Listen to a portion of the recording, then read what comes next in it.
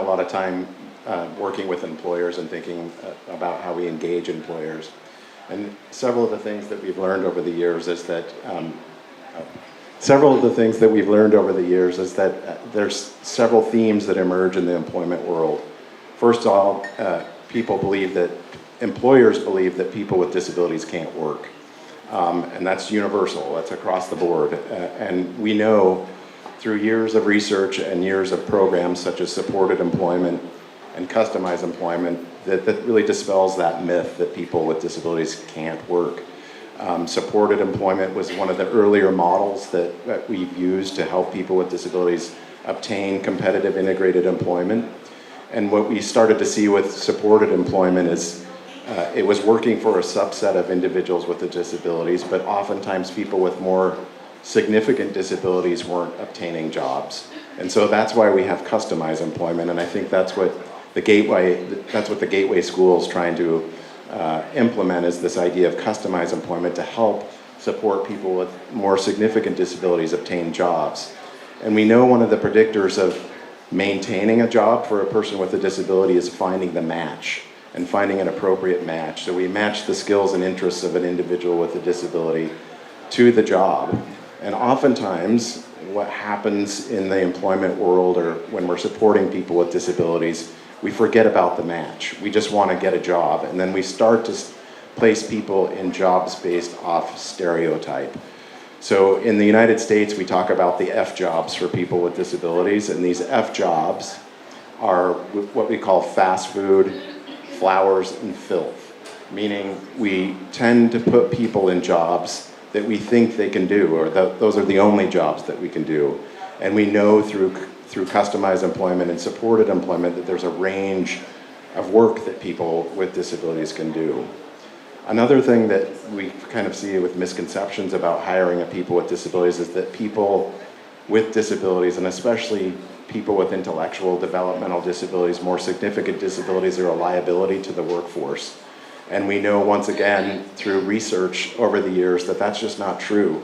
Oftentimes when we train a person with a disability to work in a job that matches his or her skill set, their safety record is often better than those without people with disabilities. So this liability issue is it's a myth that's out there. The second part of the question was, how do we move forward? And some of the misconceptions maybe when we're moving forward, if I recall. Here's something that's very universal. I've worked in different countries thinking about employment, and I think one of the universal truths about supporting people with disabilities, or what people believe about people with disabilities, is that they can't work and that they have low expectations for what people with disabilities can do, and that there's stereotypes about people with disabilities. And I think this really stems from our notion of disability, and I think this is a really important point to stress as we start to think about how we can build employment programs for people with disabilities.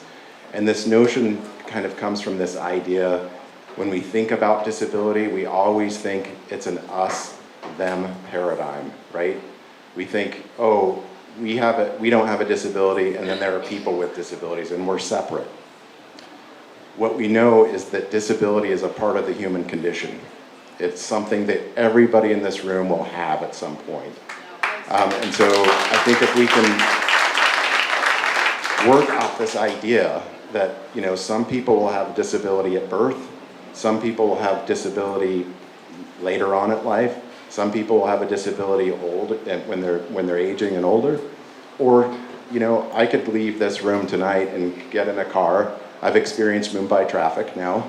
I can get in a car and get in an accident and acquire a brain injury. So unlike any other form of marginalized group, I can enter the disability field and become a person with a disability. So I think as we start thinking about disability and supporting people with disabilities, if we can change the lens and the framework of thinking about disability and look at it as a we instead of an us and them paradigm, I think we might be more receptive to supporting people with disabilities and employing people with disabilities in the range of occupations that are available. The most important thing is that the 22 policy aims to create a national database of persons with disabilities and link the all that. The glitch is not of my doing. And by the way, I just want to answer the first question. The first question that was posed, right, as to why one is passionate about this. One is passionate because one is really passionate about. Thank you, Mahesh, sir. Okay, now round two. We're moving on to rapid fire round. Sorry, Madam Mahesh, sir. Okay, let's start with Kajol. What role could celebrities play to influence and help mainstream the narrative that influence stakeholders around employment for persons with disabilities? I think the film industry is one of the passions of our country. So yes, we have a lot of people who have a lot of voices. So I think that's the one thing. I think we've seen people standing up. We've seen Tare Zameen Pe, we've seen Black. We've done a film. I've done a film called My Name Is Khan, which was about somebody who had Asperger's. So yes, we have been, putting it out there in the nicest way possible to make the general, population understand it, maybe feel more for it. And as I said before, the reason that I think the most that we can do is stand up and make it regular. And stand up and talk about it. I think it needs to stop,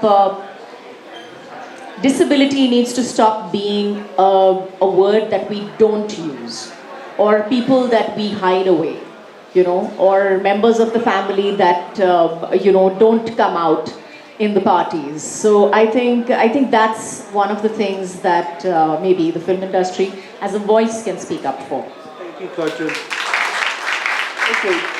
Bobby Dio, our audience comprises of promoters, corporates, leaders of diverse fields.